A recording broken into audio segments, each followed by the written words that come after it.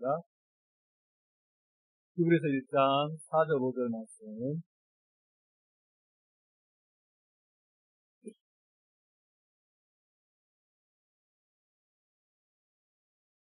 히브리서 1장 4절 5절 말씀 함께 한 목소리로 같이 읽어가겠습니다. 4절 5절입니다. 그가 천사보다 훨씬 뛰어남은 그들보다 더욱 아름다운 이름을 기업으로 얻으시니 하나님께서 어느 때에 천사 중 누구에게 너는 내 아들이라 오늘 내가 너를 낳았다 하셨으며 또다시 나는 그에게 아버지가 되고 그는 내게 아들이 되리라 하셨느냐. 아멘. 고맙습니다. 아버지 하나님, 시간 또 늘 은혜 당신에 품어주시고 말씀의 은혜와 능력으로 가지고 있어서 오직 그의 말씀을 듣고 깨닫고 말씀 앞에서 또 공손히 그의 믿음을 드러내는 그의 백성이 되게 도와주셔서 예수님의 이름으로 기도드립니다. 아멘. 할렐루야. 네. 지난 시간에 우리는 옛적의 선지자로 말씀하신 여러 부분과 여러 모양의 말씀을 드렸습니다. 그래서 이 여러 부분과 여러 모양이 구약의 제사나 절기나 계명들 이런 것들이 이제 여러 부분과 여러 모양이다 말씀드렸습니다. 그리고 이 모든 마지막 날에는 아들을 통하여 말씀하셨다. 그 아들은 누구인가? 그 아들이 바로 예수 그리스도라는 것을 말씀드렸습니다. 지금 우리는 이것을 아주 당연하게 생각합니다. 일시인 것을 누가 모르는가? 라고 말하지만, 당시 유대교를 신봉하는 자들, 어쩌면은 지금 기독교로 개종을 했지만은, 여전히 예수님을 그리스도로 인정함에 있어서 반신반의하는 그들에게는 이것이 결코 쉬운 문제가 아니었다라는 것입니다. 그래서 오늘 이 진리를 분명하게 선언하고 있는 것이 히브리서의 말씀입니다. 오늘 말씀도 우리 입장에서는 너무나 당연한 말입니다. 우리 4절 한번 볼까요? 4절 다시 보면 함께 보겠습니다. 그가 천사보다 훨씬 뛰어남은 그들보다 더욱 아름다운 이름을 기업으로 얻으시니 당연한 거 아닙니까? 하나님 예수님이 천사보다 뛰어나다. 너무나 당연한 것을 다시 이 히브리서 기자가 언급하고 있습니다. 그래서 이제 우리가 지금의 우리 시각이 아닌 당시의 시각, 초대교회의 그 시각, 그들의 모습, 시각으로 우리가 또 이 성경을 볼 필요가 있습니다. 그러면 이제 질문 하나 드리겠습니다. 예수님께서 천사보다 뛰어난 이유가 무엇입니까? 그럴 줄 알고 제가 객관식으로 드리겠습니다. 1번, 천사보다 계급이 높아서. 2번, 천사보다 하시는 일이 뛰어나서. 2번까지밖에 없습니다. 보기가. 네. 어떤 겁니까? 네. 의견이 또 분분하십니까? 우리 이지선다형에서 보통 잘 모르겠다 싶으면 2번을 찍으십시오. 그건 거의 정답입니다. 천사보다 계급이 높아서는 아니죠. 천사보다 하시는 일이 뛰어나서. 그래서 훨씬 뛰어나다. 이 말을 하고 있는 것입니다. 예수님이 하시는 일이 천사보다 뛰어난 일입니다. 그 증거가 무엇입니까? 그가 바로 4절에 읽었던 그 말씀입니다. 그가 천사보다 훨씬 뛰어나면 그들보다 더욱 아름다운 이름을 기업을 얻으시니 아름다운 이름을 기업을 얻었다. 그러면은 무엇을 두고 이 천사보다 아름다운 이름이다 이렇게 말을 할까요?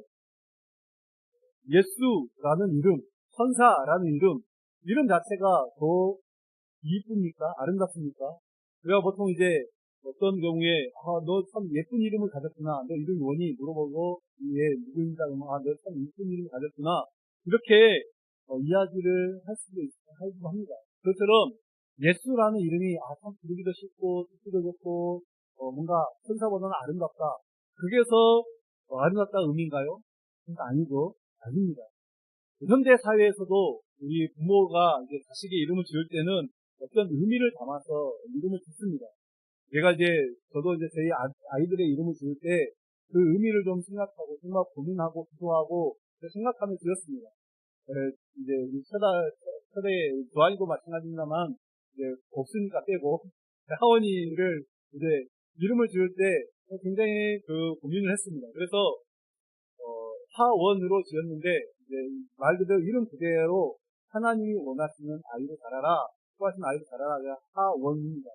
또 한 가지 한자 이름을 좀 이제 물론 한글로 이름 올렸습니다만은 한자의 뜻을 이제 복파 근원 원, 그래서 복의 근원, 아브라함처럼 축복의 통로가 되라, 그런 어떤 의미를 담아서 이제 이름을 그렇게 지었습니다. 다들 여러분 이름이 다 그런 어떤 뜻을 가지고 계실 것입니다. 부모님이든 할아버지든 이제 지어졌을 때는 이런 아이로 자라라는 그런 뜻이 있습니다. 근데 고대 사회에서 이름은 이보다 더 의미가 남달랐습니다. 현대보다 더 남달랐다는 거죠. 고대에서 이름이라고 하는 것은 그러면 그 사람의 전부를 드러냈습니다. 전부를 드러내는 것이 바로 이름이었던 것이죠. 여러분, 예수님의 이름의 뜻이 무엇입니까? 네, 간단히 말하면 구원자, 그죠? 우리 마태복음 1장 21절에 말하는 말씀대로 하면은 아들을 낳으리니 그 이름 예수라라. 이는 그가 자기 백성을, 그리고 자기 백성을 그들에 대해서 구원할 자. 우리가 이제 구원자 이렇게 하는 것도 좋은데 이렇게 한번 좀 길게 외웁시다. 자기 백성을 그들에 대해서 구원할 자. 또 물어볼 수 있습니다. 엄청난 이름의 뜻을 가지고 있습니다. 자기 백성을 그들에 대해서 구원할 자. 여러분, 예수님이란 이 예수라는 이름은 육신의 부모인 요셉과 마리아가 지은 것이 아닙니다. 누가 지었습니까? 천사가 알려줬습니다. 하나님이 지었다라는 거죠. 천사가 그냥 알려줬습니다. 하나님이 천사를 통해서 말씀하신 거죠. 천사가 이렇게 이야기를 했습니다. 그러면 하나님이 예수라는 이름을 주실 때, 야, 앞으로 너희는 이 태어난 아이를 예수라는 이름으로 불러라. 그냥 그렇게 주셨겠습니까? 아니면은 그 뜻, 이 예수라는 이름 뜻, 내가 이 예수라는 것의 이 이름 뜻에 그 할 일을 담아두셔서 그렇게 이름을 주신 것입니까? 제가 아까 객관식은 몇 번이 정답이라 했습니까? 네, 두 번째로 하나님께서 그가 하실 일, 그 일을 담아서 그 예수라고 주신 것입니다. 그 이름의 뜻을 담아 주신 거죠. 이제 앞으로 예수님이 세상에서 어떤 일을 하시는가, 그 이름 안에 이미 들어있다라는 것입니다. 그래서 다시 4절을 보시면은 그 예수라는 이름을 기업으로 주셨다. 천사들보다 그들보다 더 아름다운 기업으로 얻으시니, 기업으로 주셨다. 여러분, 기업이 무엇입니까? 기업은 소유를 말하는 것입니다. 내 기업은 내 소유. 이스라엘이 가나안 땅을 기업으로 받았다, 소유로 받았다, 하나님께 그 말을 하지 않습니까? 그러니까 이 예수님의 이름을 기업으로 주셨다라는 말은 곧 하나님께서 당신의 백성의 구원을 예수님에게 맡기셨다, 이런 뜻입니다. 그래서 예수님이 하신 일이 무엇입니까? 그 백성들을 위해서, 그 백성들을 구원하기 위해서 이 땅에 오셨습니다. 십자가에서 죽으셨습니다. 우리 오전에 말씀드렸던 것과 좀 연결해서 생각해 보십시오. 그렇기 때문에 예수님의 이름은 천사보다 뛰어난 이름이고 아름다운 이름입니다. 이 예수님이 하시는 일 때문에, 예수님께서 이 땅에 오신 목적 때문에 천사보다 훨씬 뛰어나고 아름다운 이름이죠. 그냥 무조건 하나님의 아들이니까, 계급이 높아서 뛰어나다고 말하는 것 아니죠. 이것은 하나님의 아들이니까 높다, 이것은 계급이 되는 것입니다. 그런데 예수님만 천사보다 뛰어나다라고 말하지 않습니다. 오늘 부분 아닌데 우리 14절, 1장 14절 마지막 절 보시면 또 이런 말씀이 있습니다. 다시 자막 통해서 한번 다시 봅니다. 시작. 모든 천사들은 섬기는 영으로서 구원받을 상속자들을 위하여 섬기라고 보내심이 아니냐. 아멘. 자, 여기서 말하는 구원받을 상속자, 누구를 가리킵니까? 우리 그리스도인들, 믿는 자들, 우리 성도들을 가리킵니다. 천사는 우리 성도들을 섬기라고 보내심을 받은 자들입니다. 초대교회 당시에 이 사람들의 생각 속에는 어떤 생각이 있었느냐? 천사는 영적인 존재지 않습니까? 그러니까 무조건 사람보다는 뛰어나다. 그리고 천사가 뛰어난가? 예수님이 뛰어난가? 예수님과 천사를 비교합니다. 왜요? 예수님은 아까도 말씀드렸듯이 그들의 입장에서는 이게 예수라는 사람이 이 땅에서 대단한 일을 한 것 같지만은 자꾸만 이게 구원자인가? 이게 하나님의 아들로 인정해야 되는가? 이게 좀 이제 반신반의합니다. 그렇기 때문에 예수가 뛰어나다고 하지만은 천사보다는 아닐 거야. 뭐 이런 이야기, 이런 생각을 가지고 있습니다. 우리가 이 바울의 쓴 서신인 골로새서에도 보면은 천사 숭배 사상, 이 초대교회가 천사를 숭배하는 그 사상들이 있었던 것을 볼 수가 있습니다. 그러니까 천사는 그들에게서는 굉장히 대단한 존재입니다. 그런데 오늘 말씀은 뭐라고 말합니까? 그 예수님을 천사와 비교할 때 훨씬 뛰어난 분이다. 아니, 천사는 예수님과 비교 자체가 아니다. 비교 대상이 아니다. 방금 읽은 14절을 보면은 우리 성도들도 하나님의 자녀들도 천사보다 뛰어나다. 그러니 뭐 예수님하고는 비교 자체가 안 된다. 이 이야기를 하는 거죠. 왜 그렇습니까? 우리가 바로 구원받을 상속자들이기 때문입니다. 바로 우리 성도들에게 예수 그리스도의 본혈이 묻어있기 때문입니다. 여러분, 그렇지 않습니까?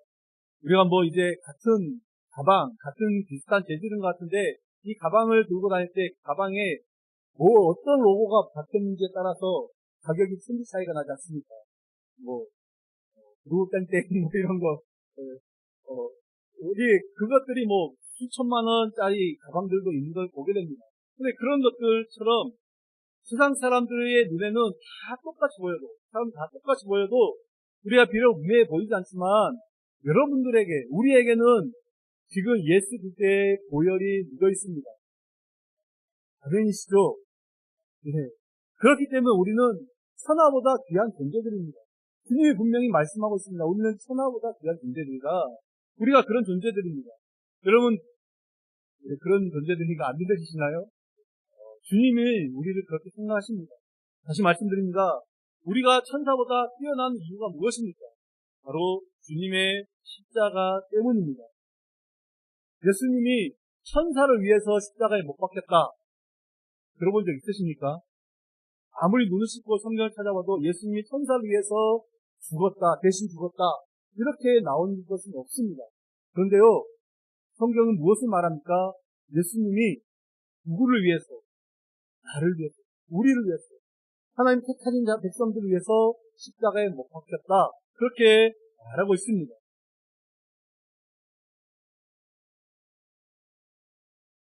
따라서 세상에서 무엇보다 귀하고 중요한 일은 무엇입니까? 그 예수 그리스도의 그 십자가를 믿는 것입니다. 여러분, 이것이 얼마나 귀한 것입니까? 우리는 깨달으셔야 됩니다. 내가 예수님을 믿고 내가 하나님의 자녀가 된 것이 이것이 얼마나 귀하고 소중한 것인지 우리가 느끼셔야 되는 것입니다. 여러분, 정말 이것이 느껴지십니까? 내가 하나님의 자녀라는 것이 정말 떳떳하게 이 세상 속에서 떳떳하고 자부심으로 느껴지십니까? 여러분, 세상 속에서 예수 그리스도를 떳떳하게 증거하실 수 있습니까? 감사합니다. 만약 내가 예수님을 믿는다고 하면 또 자부심이 없고 세상에서 당당하지 못하다라고 하면은 그 이유가 무엇일까요? 아무래도 이 믿음으로 사는 세상, 우리가 이제 믿음으로 가지고 세상을 살아갈 때 세상에서 대우받는 것은 전혀 없습니다. 내가 믿음을 드러낸들 하나님을 모르는 세상에서 우리가 대우받는 것은 아무것도 없습니다. 내 인생이 달라지는 것도 아니고요. 또 오히려 무시당하고 조롱당할 때가 많이 있습니다. 여러분, 전도를 하고 보면 너무나도 이런 것들 많이 경험하지 않습니까? 무시를 당하고 조롱을 당하는 것입니다. 그렇기 때문에 이 믿음이 귀하다고 별로 실감이 되지 않을 때가 많다라는 것이죠. 그런데 여러분, 세상이 그렇게 반응하고 세상이 그렇다고 우리마저도 이 믿음을 하찮게 여기면은 우리 역시 그들과 똑같은 어리석은 자가 된다라는 것입니다. 세상은 어떻게 보면 다 그냥 개인입니다. 세상은 믿음의 눈이 없기 때문에 영의 세계를 알지 못하고 보지 못하고 또 믿지 못하기 때문에 그들은 다 영적인 소경, 영적인 맹인인 것입니다. 그러나 우리는 이 믿음을 가지고 영의 세계를 바라보는 자들입니다. 그래서 우리는 하나님이 나를 어떻게 보시는가가 굉장히 중요합니다. 우리도 영의 눈이 열리지 않고, 우리도 영의 눈으로, 우리의 믿음으로 세상을, 이 영의 세계를 바라보지 못하면 세상 사람과 똑같이 말하고 행동하고 그들과 똑같이 살아가게 될 것입니다. 그러나 우리는 비록 내가 눈에 보이지 않지만 이 영의 세계가 있다, 이 믿음으로 살아가고 있습니다. 그러면서 하나님이 우리를 보십니다. 하나님이 우리를 어떻게 보십니까? 우리 5절의 말씀 한번 보십시오. 하나님께서 어느 때에 천사중 누구에게 너는 내 아들이라 오늘 내가 너를 낳았다 하셨으며 또다시 나는 그에게 아버지가 되고 그는 내게 아들이 되게 하셨느냐 말씀하고 있습니다. 그럼 이 말씀 다 이해가 되시고 어려운 말이 아닙니다. 하나님께서는 천사 중 누구에게도 너는 내 아들이라 이런 말씀을 하지 않았다라는 것입니다. 왜 그렇습니까? 이 말은 곧 하나님의 아들은 예수 그리스도밖에 없다라는 것입니다. 하나님의 자녀는 바로 천사들이 아니다라는 것이죠.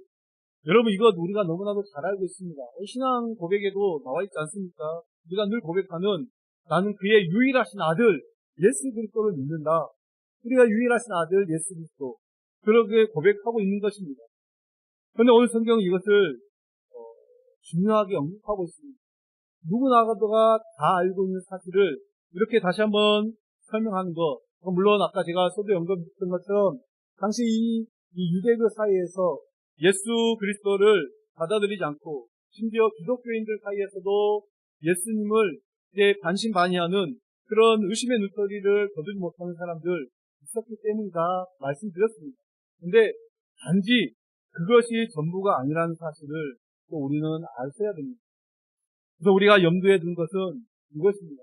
내가 예수님이 누구인지 알고 있다는 사실, 내가 예수님이 누구인지를 안다, 이것은 중요한 것이 아닙니다. 예수님을 안다는 것 그 자체는 중요한 것이 아닙니다. 예수님이 하나님의 아들이고 또 하나님이 예수님의 아버지라 이것에 대해서 알고 있다고 해서 그것이 우리의 모든 믿음의 문제를 해결해 주지 않는다라는 것이죠. 예수님에 대해서 사실은 세상에 많은 사람들도 알고 있는 자들이 많습니다. 예수님이 하나님의 아들이다, 교회를 안 다녀도 많이 들어봤습니다. 그렇다고 해서 그들을 우리가 신자, 성도, 믿는 자라고 말하지 않습니다. 즉 예수를 아는 마음과 또 이 신앙, 믿는 이것은 믿음은 별개라는 것입니다. 예수님에 대해서는 귀신도 알고 있고 그래서 귀신들도 그 이름 앞에 두려워서 떤다라고 말하고 있습니다. 결국 예수님이 누구인지를 아는 것은 신앙의 초점이 아닙니다. 하나님의 아들이고 그리스도고 구원자이시다. 이것을 안다는 것 자체, 그 자체는 우리가 신앙의 초점이 아닙니다. 그렇다면 무엇이 예수님을 아는 것이고 우리의 신앙의 초점입니까? 교회에 출석하는 거며, 기도하는 것, 성경 보는 것, 이것을 가리켜서 신앙의 초점이다 말하지 않습니다. 그러한 것들로 우리가 예수님을 안다라고 말할 수 없습니다. 그럼 마태복음 8장에 보면은 귀신 들린 자가 예수님을 향해서 하나님의 아들이라고 그렇게 고백을 한 것을 보게 됩니다. 마태복음 8장 29절 이 말씀 다말씀 함께 보겠습니다. 시작. 이에 그들이 소리질러 이르되 하나님의 아들이여 우리가 당신과 무슨 상관이 있나이까 때가 이르기 전에 우리를 괴롭게 하려고 여기 오셨나이까 하더니 잠깐 한번 띄워주십시오. 귀신이 이제 소리 지릅니다. 이 귀신 들린 자들, 그러니까 귀신이 소리 지르는 겁니다. 뭐라고 말합니까? 예수님을 향해서 하나님의 아들이요. 하나님의 아들인 걸 알았습니다. 아니, 바리새인들, 서기관들 이런 사람들이 예수님을 향해서 하나님의 아들이라고 말했습니까? 그들은 그냥 선생이요, 라삐요 이렇게 이야기했는데 귀신이 정확히 압니다. 뭐라고요? 하나님의 아들, 이렇게 알고 있습니다. 하나님의 아들이 이 땅에, 근데 아들인 건 알았지만 그 아들이 이 땅에 오신 것을 자신들과 전혀 상관이 없다, 상관이 없는 것으로 지금 여기고 있습니다. 당신이 우리와 무슨 상관입니까? 이렇게 이야기를 하고 있는 것입니다. 즉 하나님의 아들이 무엇 때문에, 누구 때문에 세상에 오셨는가, 이 문제와 자신과는 아무런 상관이 없다라는 것입니다. 이것이 그들이 멸망받은 이유입니다. 하나님의 아들이 오셨는데 그 아들이 오신 거하고 나하고는 상관이 없다. 결국에 나는 구원을 받지 않겠다. 나는 믿음을 살지 않겠다. 믿음으로 살지 않겠다. 이 말을 하는 것입니다. 그렇다면 우리는 예수님에 대해서 아는 것만 가지고는 성도라고 말할 수 없다라고 우리가 이제 아셔야 됩니다. 그래서 필요한 것이 있습니다. 그러면 무엇이 필요하겠습니까? 당연히 믿음입니다. 당연한 것 아닙니까? 믿음이 있어야 된다라는 것이죠. 참된 믿음이 우리에게 있어야 된다라는 것이죠. 그래서 오늘 본문의 말씀은 이렇게 이야기하는 것입니다. 우리에게 너희는 예수님이 하나님의 아들인 것을 알고 있느냐? 이것을 묻는 것이 아니고요. 하나님의 아들인 것을 알고 있느냐? 이것을 묻는 것이 아니고 너희가 알고 있는 그 하나님의 아들 예수 그리스도, 정말 그 하나님의 아들로 오신 예수 그리스도를 아들답게 섬기고 있는가? 너희가 정말 그 아들을 하나님의 아들로서 대우하고 그렇게 아들답게 섬기고 있는가? 이것을 묻고 있다라는 것을 우리는 깨달으셔야 됩니다. 다시 말하면 천사보다 뛰어난 분이시고 하나님의 아들이신 예수님이 세상에 오신 이유를 아느냐? 왜 이 땅에 왔는지를 아느냐? 이것을 묻는 것입니다. 그리고 그것을 안다면 정말로 아는 자답게, 아는 사람답게 살고 있느냐? 하나님의 아들을 아들답게 섬기는 것은 믿음의 문제라는 것입니다. 하나님은 천사보다 귀하신 분이신 아들이신 그리스도를 아무것도 아닌 죄인에 불과한 우리를 위해서 이 땅에 보내셨습니다. 여러분, 아들을 희생하셔서 저와 우리 모든 성도님들, 우리들을 죄에서 구원해 주셨다라는 것이죠. 하나님 편에서 생각해 보십시오. 하나님 편에서는 귀하신 아들을 잃어버린 것입니다. 그런데 우리는 아들을 잃어버린 그 아버지의 고통에 대해서 그렇게 마음에 두지 않고 있다라는 것이죠. 그 아버지의 고통을 마음에 두지 않고 있다라는 것입니다. 하나님이 아들을 세상에 보내실 때 어떤 심정이 있었을까요? 하나님이 예수님에게 잠깐 세상에 내려가서 잠깐 한 33년 정도만 살다가 올 수 있겠니? 잠깐이야. 잠깐 십자가에 못 박혔다가 돌아와. 어차피 죽으면 다시 부활할 테니까 그렇게 할 수 있겠니? 이렇게 보내셨을까요? 아무런 고통이 없었을까요? 마치 우리 부모님들이 우리 자녀들 이제 좀 잠깐 이제 자녀가 성장해서 이제 군대 간다고 한번 생각했어요. 군대 가는 아들 군대에 잠깐 갔다 보낼 때 처음에는 굉장히 좀 안타깝고 슬프지 않습니까? 그러다가 한 휴가 한 두세 번 나오면 또 왔니? 이렇게 이야기하는 것. 그것처럼 잠깐의 어떤 슬픔입니까? 여러분, 하나님이 신이시기 때문에 하나님은 이런 아들에 대한 사랑이나 아들로 인한 고통이 없었을까요? 우리가 그렇게 생각하지 말아야 됩니다. 아들을 세상에 보내신 하나님의 그 고통, 당신의 생명을 내어주신 고통은 감히 인간이 경험할 수도 없고 안다라고도 말할 수 없는 그런 고통입니다. 인간의 언어로 표현할 수 없는 고통. 인간이 어떤 고통으로도 느껴보지 못한 그 고통이 하나님의 고통이다라는 것을 우리는 아셔야 됩니다. 오늘 우리가 살펴본 이 5절의 말씀에서 내가 너를 낳았다 이 표현, 그 하나님과의 아버지와 아들의 깊은 관계를 표현한다라고 말로 이해할 수 있습니다. 그래서 나는 그에게 아버지가 되고 그는 나에게 아들이 되리라, 이 말 역시 하나님과 예수님의 그 깊은 관계를 의미하는 것입니다. 그런데 이 의미는, 이것은 단순히 우리도 육신의 부모 자식의 관계가 있죠. 그 부모 자식의 관계를 훨씬 뛰어넘는 것이다. 우리 부모 자식의 관계보다, 육신적인 부모 자식 관계보다 훨씬 그것과는 비교할 수 없는 깊고 친밀한 관계가 하나님과 예수님과의 관계라는 것입니다. 그러니 하나님은 이런 관계에 있는 예수님을 아무것도 아닌 우리를 위해 보내주셨습니다. 버리셨다라는 것이죠. 우리가 이것을 깊이 생각해야 됩니다. 하나님의 고통을 깊이 생각하고 우리 자신을 돌아봐야 될 것입니다. 오늘 우리가 이 땅에 몸담고 있으면서 정말 우리 마음대로 하고 싶은 것을 하면서 욕심껏 살아가면서도 그 애통이 없습니다. 그 이유가 무엇입니까? 아들을 잃어버린 그 아버지의 고통에 무관심하기 때문입니다. 내가 죄인이라는 것에 대해서 애통함이 없다라는 것이죠. 그것은 하나님이 예수님이 나를 위해 십자가에 못 박히셨다라는 그것이 깊게 다가오지 않기 때문에 애통이 없는 것입니다. 우리의 죄로 인해서 아들을 버리신 그 아버지의 고통, 과연 우리가 이것을 두고 그 고통을 안다라고 말할 수 있습니다. 그 하나님의 마음을 안다라고, 그 하나님의 그 고통을 생각하지도 않으면서도 우리는 하나님의 마음을 안다라고 결코 말할 수 없다라는 것입니다. 하나님의 고통에는 관심조차 두지 않으면서 어떻게 우리가 예수님을 믿는다라고 말할 수 있습니까? 그것은 어불성설이다라는 거죠.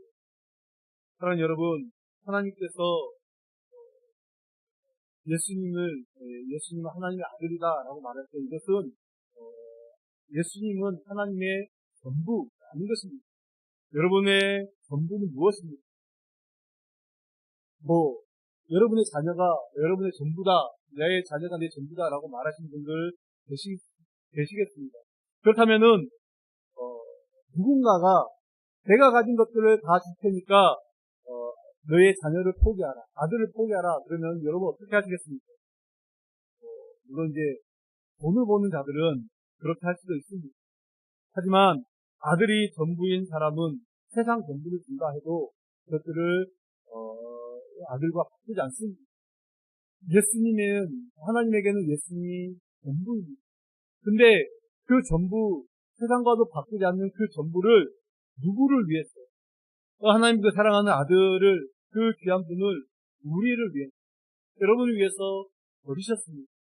이 점을 우리가 언제나 마음에 품고 살아가야 됩니다.